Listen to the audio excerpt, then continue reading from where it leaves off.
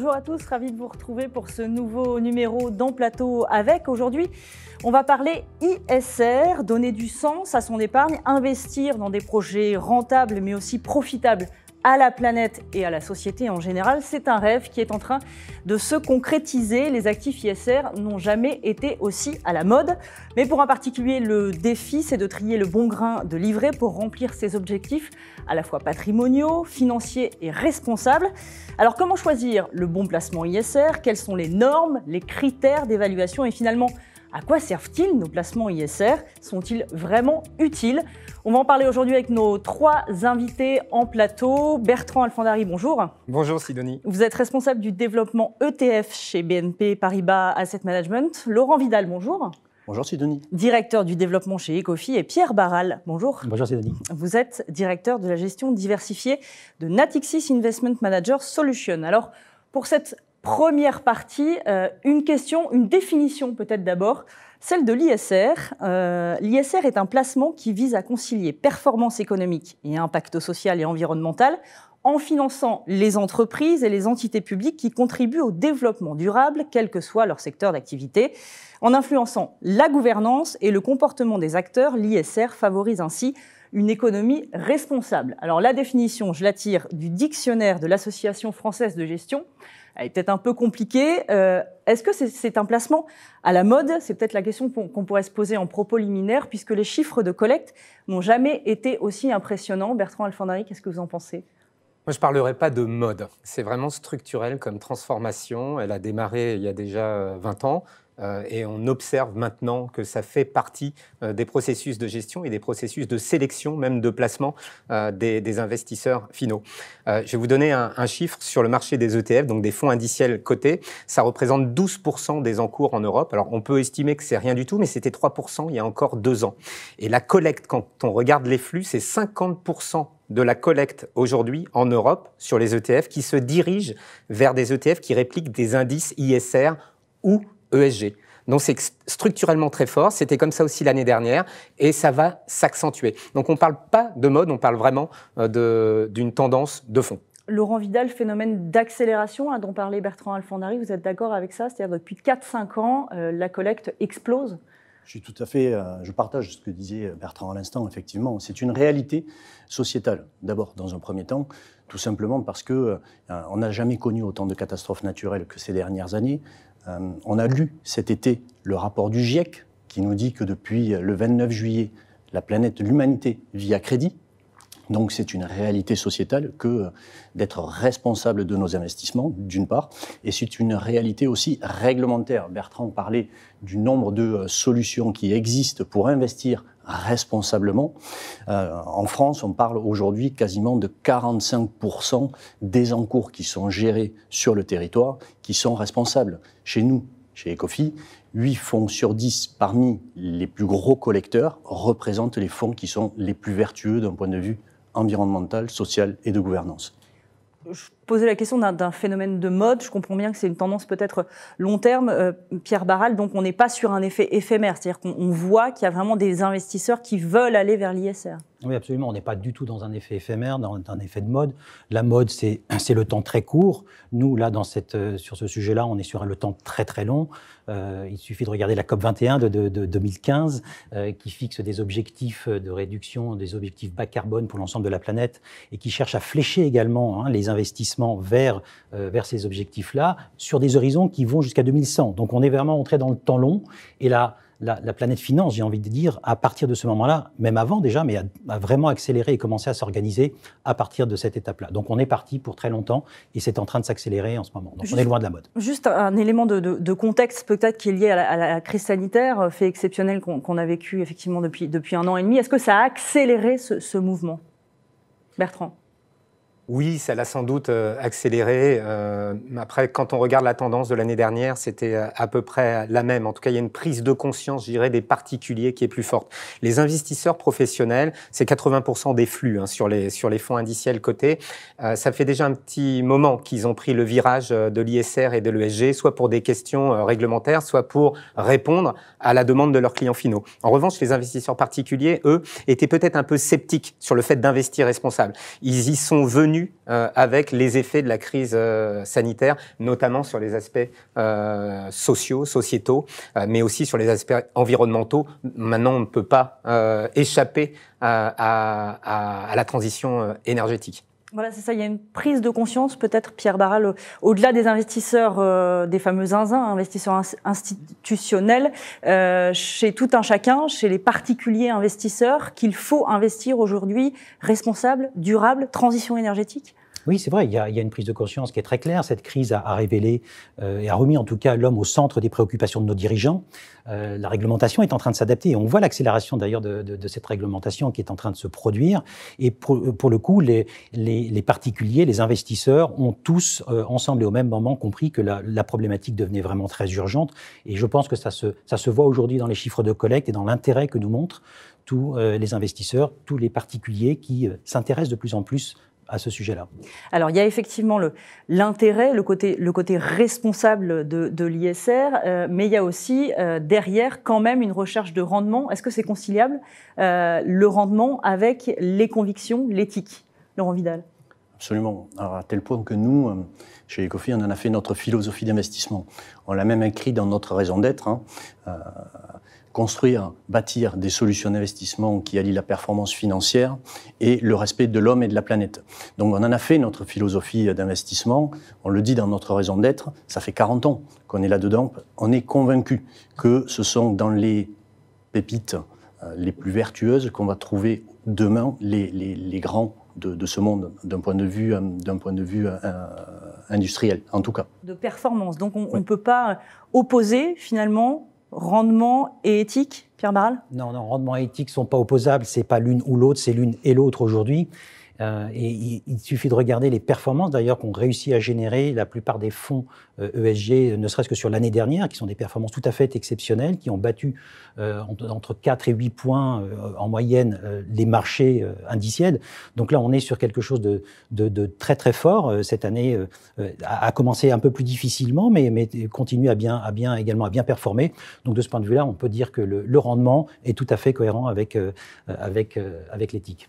Bertrand? Oui, alors, il y a le rendement et il y a le risque aussi que l'on prend. Donc c'est vrai qu'en termes de rendement, nous on a observé aussi sur les indices ESG ISR qu'on réplique, à peu près 80% ont fait mieux que des indices qui n'ont pas de critères ESG, qui n'ont pas de critères extra-financiers dans la sélection des valeurs.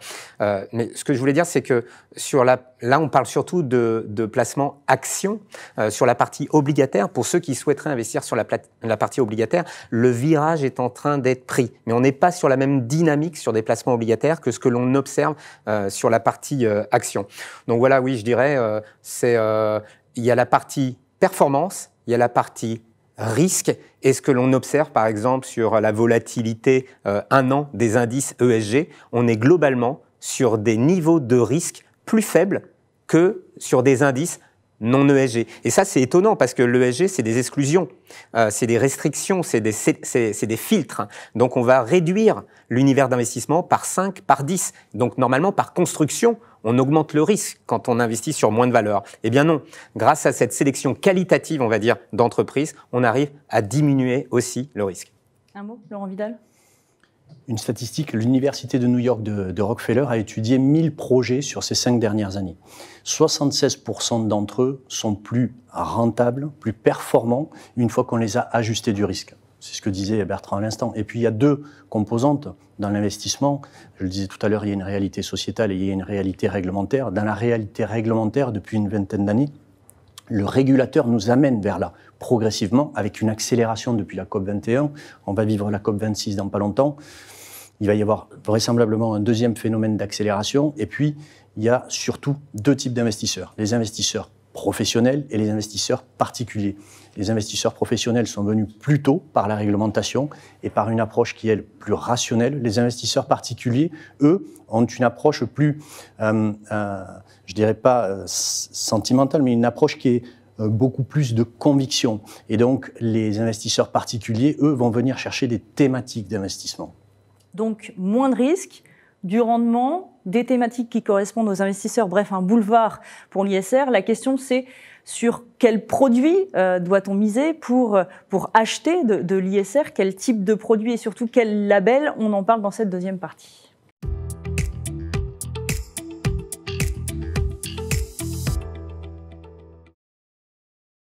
Donc la tendance de fond qui se confirme pour l'ISR, reste à savoir comment investir correctement dans ce type d'investissement, l'immobilier, fonds à gestion indicielle, ETF. Est-ce qu'il est possible d'investir responsable avec l'ensemble des produits financiers existants et sur tous les supports? Qui veut répondre à cela? Bertrand? Oui, je dirais non, excusez-moi, la réponse est oui, je veux bien répondre, mais la réponse est non, on ne peut pas investir sur toutes les classes d'actifs. La grande majorité, les actions, les obligations, le coté, le non-coté. Après, sur les matières premières, par exemple, si on prend cette classe d'actifs, on ne peut pas investir responsable sur des matières premières. Après, oui, sur tous les indices, actions, l'immobilier coté, bien sûr, c'est tout à fait possible. Je vais vous donner quelques exemples de thématiques actions sur lesquelles on peut investir et qu'on a lancé chez BNP Paribas Asset Management. Il y a déjà la thématique du bas carbone. Ça, on a lancé ça en 2008 pour faire écho à l'effet de mode. Hein. On n'est pas du tout sur un effet de mode, puisque c'était il y a 13 ans. En 2008, on a lancé un ETF qui réplique un indice bas carbone sur des actions européennes considérées comme les moins émettrices d'émissions carbone au sein de leur secteur d'activité. On peut aussi investir sur l'économie circulaire. On en entend de plus en plus parler. Sur l'économie bleue. L'économie bleue, c'est quoi? C'est l'économie des océans. C'est des actions, des sociétés cotées qui vont respecter les littoraux, les constructions sur les littoraux, le transport maritime. Et puis enfin, on peut investir également sur le secteur des infrastructures ou l'immobilier coté avec un filtre extra-financier, un filtre ESG. Donc les fameuses thématiques qui correspondent finalement aux convictions attendues par les investisseurs. Alors effectivement, c'est attractif sur le papier, mais ces investisseurs peuvent souvent manquer de repères dans ce nouveau modèle qui finalement cherche encore ses marques, parce que vous parliez effectivement des thématiques, mais comment on les sélectionne, qui les sélectionne et selon quels critères? C'est ça la question. Laurent Vidal. Effectivement, la sélection est tout sauf subjective. Elle est objective. Elle repose sur des méthodologies d'analyse qui elles-mêmes reposent sur des critères qui sont publiés par les émetteurs, qui sont publiés par les agences de notation. Et donc les analystes s'appuient là-dessus pour pouvoir analyser et recommander les investisseurs aux investisseurs, les émetteurs qui sont les plus vertueux d'un point de vue environnemental, social et de gouvernance. Donc oui, c'est une approche qui est extrêmement objective et rationnelle pour pouvoir investir dans ce type de produit. Et la réglementation, encore une fois, nous amène vers là. La réglementation nous amène vers un modèle qui normalise un petit peu la grille de lecture de tous ces paramètres-là pour permettre justement aux investisseurs de savoir à quoi ils ont affaire. Les labels sont encore une autre possibilité, puisque représentent un premier fléchage au même titre qu'on trouve le label bio dans les supermarchés. On trouve aussi des labels pour les produits financiers, les produits de placement. Il y en a beaucoup, effectivement, des labels. Est-ce qu'on peut s'y fier? Est-ce qu'il est possible de se fier à ces labels? Bertrand? Oui, bien sûr. Nous, on a demandé la labellisation de la quasi-totalité de nos fonds ESG ISR. C'est aujourd'hui l'outil principal qui permet d'avoir un tampon de l'État français, en tout cas sur le label ISR. Après, on demande aussi le label en Belgique, on demande le label en Allemagne. Pour l'instant, il n'y a pas encore de label européen, c'est dommage. Mais en tout cas, le label français, oui. Après, il y a d'autres catégories, on ne va pas rentrer dans le détail, mais qui permettent aussi d'identifier un fonds et de le catégoriser sur son niveau de responsabilité, on va dire. Donc, moi, je dirais que le plus simple, c'est d'aller voir la documentation. Je sais, c'est fastidieux. Alors, sans aller jusqu'à lire tout le prospectus qui fait 80, 100 ou 150 pages, mais au moins le rapport extra-financier de chaque fonds. Parce que là, ça donne vraiment des éléments concrets sur, par exemple, la baisse de l'empreinte carbone du fonds par rapport à son univers d'investissement. Ça, c'est un bon réflexe à avoir aussi. Donc, ces rapports financiers sont disponibles généralement sur les sites des sociétés de gestion qui émettent ces produits financiers. Mais alors, justement, qui décide si une entreprise est responsable ou si elle ne l'est pas? Pierre Varal. Alors, il n'y a pas de méthode standardisée à ce jour pour le décider. Chaque société de gestion organise ses processus de sélection comme il l'entend. Il fait au mieux. Chez Nîmes Solutions, nous, on a fait le choix de recourir à deux types d'analyses. La première analyse, c'est évidemment l'analyse quantitative. Donc, on s'appuie également sur des données calculées et produites par des sociétés externes qui nous fournissent énormément de données ESG, ce qui nous permettent, nous, de nous faire une très bonne idée de la qualité de l'entreprise, du fonds en tout cas, parce que nous sommes des sélectionneurs de fonds, donc du fonds que nous allons sélectionner. Et puis ensuite, un deuxième volet qui est une analyse beaucoup plus qualitative pour déterminer la sincérité de l'entreprise dans sa politique ESG, parce que les chiffres, c'est une chose, mais la sincérité également avec laquelle on arrive à ces chiffres-là est encore plus importante, j'ai presque envie de dire, que le reste. Parce que vous parliez de critères objectifs tout à l'heure, Laurent Vidal, mais ce qui appelle à la subjectivité, c'est peut-être plus le G, la gouvernance. Comment peut-on juger d'une juste gouvernance d'une entreprise? Est-ce que ça revient finalement au gérant de fonds? Est-ce que ça revient au CGP? Ou est-ce que ça revient à l'investisseur en propre? Qui veut répondre à ça? Laurent Vidal. Même la gouvernance est un critère qui est objectif parce que on peut juger de la qualité d'une gouvernance par son indépendance vis-à-vis entre une direction générale et un conseil d'administration, par exemple. Les administrateurs, est-ce que les administrateurs qui siègent au conseil d'administration sont réellement indépendants? Ça fait la qualité d'une gouvernance. Et ça se retrouve dans les critères qu'on utilise pour mener nos analyses et pour noter les sociétés d'un point de vue G, comme vous venez de le dire, la gouvernance. Ce que la crise sanitaire a amené de son côté, c'est une accélération du critère S dans le ESG. On en a parlé tout à l'heure déjà. Le S, c'est la transformation sociétale. Et on a vu que la crise sanitaire nous a fait prendre conscience d'un certain nombre de choses dont on n'avait pas encore vraiment vu les effets. Bertrand Alfandari. Si je peux me permettre de rajouter quelque chose, on pourrait se fier au nom du produit aussi, mais le nom du produit généralement n'est peut-être pas suffisamment clair aujourd'hui, explicite en tout cas pour savoir ce sur quoi on investit. En tout cas, c'est vrai que nous, sur les thématiques qu'on a lancées ces dernières années, on est très axé sur les thématiques environnementales, mais c'est pas parce qu'on parle d'économie bleue ou d'économie circulaire et donc très lié à l'environnement qu'il n'y a pas d'aspect S et G. C'est-à-dire que la sélection se fait sur la base de critères ESG. Même si la thématique est très prégnante sur la partie E, les filtres se font aussi sur la partie sociétale et gouvernance.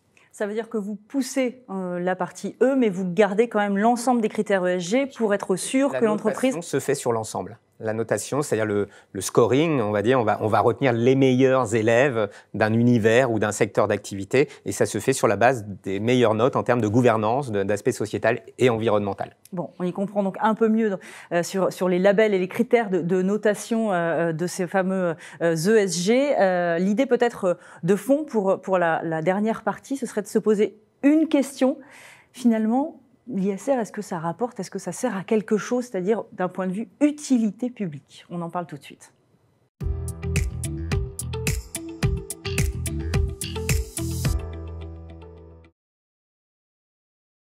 Alors oui, concrètement, à quoi sert l'ISR? Tous les placements dits ISR se valent-ils? Est-ce que c'est un phénomène de bulle? Je reviens peut-être sur la tendance, la mode, je sais que vous êtes contre ça, mais quand même. Ou une nouvelle forme d'épargne durable? Je connais déjà votre réponse, messieurs. In fine, vous dites quand même que l'engouement est de plus en plus visible, il est de plus en plus palpable, notamment chez les investisseurs particuliers. Pourtant, je voudrais vous partager une enquête qui a été publiée cet été c'est un baromètre de la Banque Postale. Les Français ont majoritairement une mauvaise connaissance de l'épargne responsable et quand ils la connaissent, ne la jugent pas prioritaire dans leur placement. Pourquoi ? L'ISR, considéré comme ayant un rendement faible, certains Français le voient aussi comme un habillage marketing et surtout les produits ISR restent perçus comme complexe par les personnes sondées. Alors, qu'est-ce que vous en pensez? Qu'est-ce que ça vous inspire surtout? Pierre Barral, peut-être. Ça me surprend. Ça me surprend au regard de ce qu'on peut observer, nous, sur le terrain, sur le terrain des entreprises notamment. On a chez NIP Solutions une grosse activité en épargne salariale. Donc, ce sont des grosses sociétés du CAC 40 qui viennent proposer à leurs salariés de gérer leur épargne salariale. Et donc, les appels d'offres sur cette épargne salariale, en tout cas pour l'année dernière, à 100%, à tous les coups, étaient des appels d'offres ESG. C'est-à-dire qu'on nous demandait une vraie politique de gestion ESG. Et si les organisations syndicales qui composent cette épargne salariale et ces sociétés et qui sont nos interlocuteurs le demandent, c'est que leurs adhérents, évidemment, sont tout à fait consignants avec ça et le recherchent également. Donc je pense que les encours étant ce qu'ils sont aujourd'hui et ce qu'on observe nous montre bien qu'il y a un engouement très, très important, en tout cas de plus en plus important de la part des particuliers. Le baromètre pointe peut-être la méconnaissance ou le manque de pédagogie. Est-ce que vous êtes d'accord avec ça, Laurent Vidal? Vraisemblablement. Même si je partage l'avis de Pierre, hein, dans le sens où la prise de conscience, elle est réelle, elle est globale et elle est collective. Donc maintenant, c'est l'heure d'agir. Pour en revenir à l'épargne salariale, qui a été le début, le catalyseur de cette épargne responsable en 2001 avec la loi Fabius, aujourd'hui, elle se complète avec la loi sur la transition énergétique, puis plus récemment la loi Pacte, puis plus récemment encore SFDR, qui est la réglementation européenne. Moi, je pense que effectivement, il y a 10 ans, peut-être même 5 ans, les investisseurs avaient moins conscience de ce qui se passait. Aujourd'hui, c'est plus tout à fait le cas. Et puis, encore une fois, cette réglementation qui amène une catégorisation, une classification, permet aux investisseurs d'y voir un peu plus clair en comparant les produits les uns aux autres, d'une part, et puis, comme le disait tout à l'heure Bertrand, les notices sont tellement épaisses qu'il ne faut pas hésiter à se rapprocher de son conseiller habituel pour lui poser des questions. Lui-même est formé. Nous, par exemple, nous faisons énormément de vidéos, d'ateliers, de webinars pour informer de ce que nous faisons, de ce qui se passe, de pourquoi ces investissements sont utiles.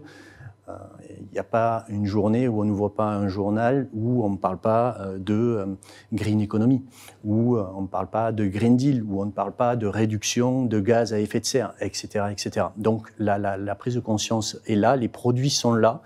Il y en a tellement que la réglementation a dû y mettre son nez. Maintenant, les conseillers sont aussi là pour accompagner les investisseurs. Facilité par les politiques, donc on voit ça, ces investissements Absolument. ISR. Je reviens juste quand même pour me faire un peu l'avocate du diable, mais sur le côté habillage marketing, qu'est-ce que vous répondez à ça? Effectivement, il y a cette crainte qu'on dise, ben voilà, tout est labellisé ESG ou ISR aujourd'hui, donc qu'est-ce que ça veut dire? Non, moi je dirais l'industrie se transforme, l'écosystème global se transforme et deviendra complètement ESG. Donc évidemment, ça passe par des outils marketing. La pédagogie, on peut dire que c'est un outil marketing. Quand on va voir une vidéo, on va dire ils font du marketing. Communication. Donc oui, effectivement, vous avez raison, Sidonie, il faut tous collectivement qu'on développe la pédagogie, qu'on explique les acronymes. Souvent, ce sont des noms de fonds en anglais. Souvent, c'est de la documentation aussi qu'on peut retrouver en anglais. Donc oui, on a tous des efforts à faire, mais on est vraiment persuadé que la meilleure façon de générer des rendements à long terme, c'est d'investir responsable. Je vais vous donner un exemple. Nous, au sein de l'offre indicielle de BNP Paribas, depuis 3-4 ans, on n'a pas lancé un seul produit qui n'est pas ESG ni ISR. Donc c'est vraiment dans notre ADN. Alors certes, il y a des indices très connus comme le S&P 500 ou le CAC 40 qui ne sont pas ESG ou ISR à 100%, quoique hein, on commence à avoir des versions ESG, ISR de ces indices. Mais en tout cas, voilà, nous, 100% de nos innovations sont liées à ça. Et c'est pas marketing. Parce que sinon, on prendrait un risque trop fort d'aller vers quelque chose qui ne fonctionnerait pas. Donc, on est vraiment persuadé que c'est l'avenir. Je vais vous donner un autre exemple en assurance vie, puisqu'on parle des particuliers. Le meilleur moyen d'investir son épargne en France reste encore l'assurance vie ou le PEA, en fait. Voilà. Et l'assurance vie référence de plus en plus de nouvelles unités de compte qui sont responsables. Aujourd'hui, sur les ETF, sur les fonds listés, nous, la plupart des demandes qu'on a sont sur des fonds qui répliquent des indices responsables. Une question aussi, puisqu'on parlait d'information, de communication, comment les entreprises, elles, informent leurs actionnaires de leurs efforts en matière de ESG? Oui. Pierre Barral. Oui, voilà. Oui. En effet, les entreprises sont en train de s'organiser face à cet engouement grandissant, évidemment. Donc, il a fallu réorganiser la communication face aux actionnaires. Et beaucoup d'entreprises ont mis en place des communications spécialisées, en fait, sur cette problématique environnementale, ESG au sens large.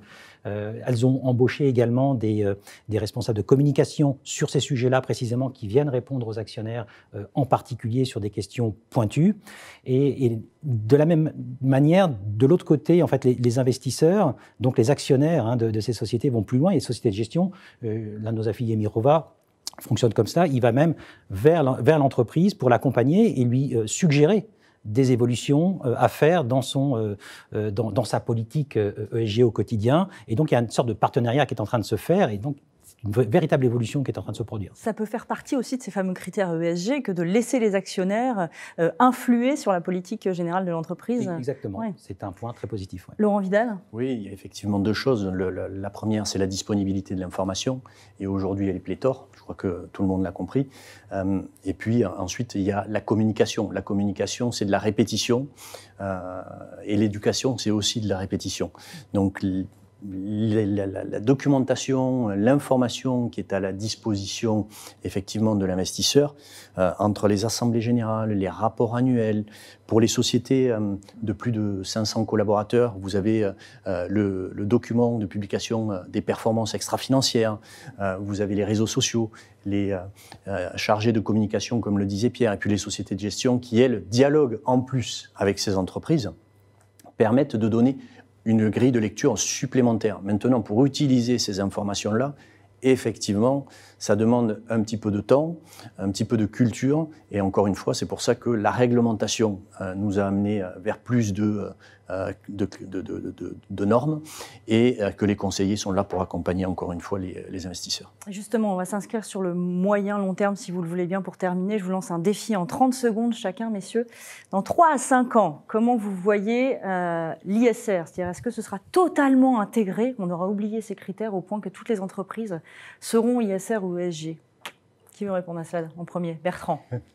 Je dirais que le monde s'est déjà bien transformé et qu'effectivement, il va accélérer sa transformation sur les 3, 5, 10 prochaines années. Je vais être un petit peu plus long terme sur les 5 et 10 prochaines années. Et oui, effectivement, ce qui est aujourd'hui une question de dire est-ce qu'on investit responsable ou pas ne le sera sans doute plus dans 5, 7 ou 10 ans, puisque justement, grâce à ce dialogue que nous pouvont avoir avec les sociétés pour les faire influer sur leur politique environnementale, leur politique de rémunération aussi, je pense que toutes les entreprises vont y venir et on ne parlera plus d'ESG, d'ISR, tout sera ESG et ISR. Oui, moi, c'est mon intime conviction et c'est celle de BNP Paribas en tout cas. Donc l'ISR sera une évidence d'ici 5-7 ans, c'est le pari que vous prenez aussi, Pierre Barral ? Ah oui, complètement. Ce sera une évidence, c'est certain. La réglementation continue à évoluer dans ce sens-là. Et surtout, le reporting des sociétés est en train d'évoluer. Et on oblige de plus en plus les sociétés à reporter sur justement leurs critères ESG, leur politique ESG. Il suffit de regarder la loi d'application de l'article 29 qui vient d'être décrété, qui oblige donc toutes les sociétés à produire des reportings sur leur politique ESG. Et ça, c'est un phénomène très important parce que du coup, tout le monde, la standardisation en fait va commencer à faire son œuvre, et ça va permettre de continuer à accélérer ce mouvement qui est, pour moi, très pérenne, évidemment. Et vous, Laurent Vidal, qu'est-ce que vous en pensez ? Tout de suite pour moi, et pour Ecofi bien sûr. Non, la prise de conscience, on l'a dit, elle est collective, et l'ESG, l'ISR est devenu une commodité. En revanche, si la prise de conscience est collective, l'action, c'est tout de suite qu'il faut la mener. Et donc, ce que recherchent les investisseurs, en tout cas ce que recherchent les investisseurs qui viennent nous voir, c'est qu'est-ce que vous faites avec chacun de mes euros investis ? Quel est l'impact positif que je génère avec chacun de mes euros investis dans vos portefeuilles ? Ça s'appelle l'impact investing. Et ça, c'est une responsabilité, effectivement, que vous portez tous dès aujourd'hui. Merci beaucoup à tous les trois. Bertrand Alfandari, responsable du développement ETF chez BNP Paribas Asset Management. Merci. Laurent Vidal, directeur du développement chez Ecofi. Et Pierre Barral, directeur de la gestion diversifiée de Natixis Investment Manager Solutions. Je vous signale évidemment que vous pouvez poser toutes vos questions à nos 3 invités, 3 experts, par leur mail, puisque leurs coordonnées vont s'inscrire dans le générique de l'émission. Merci à tous et à très bientôt.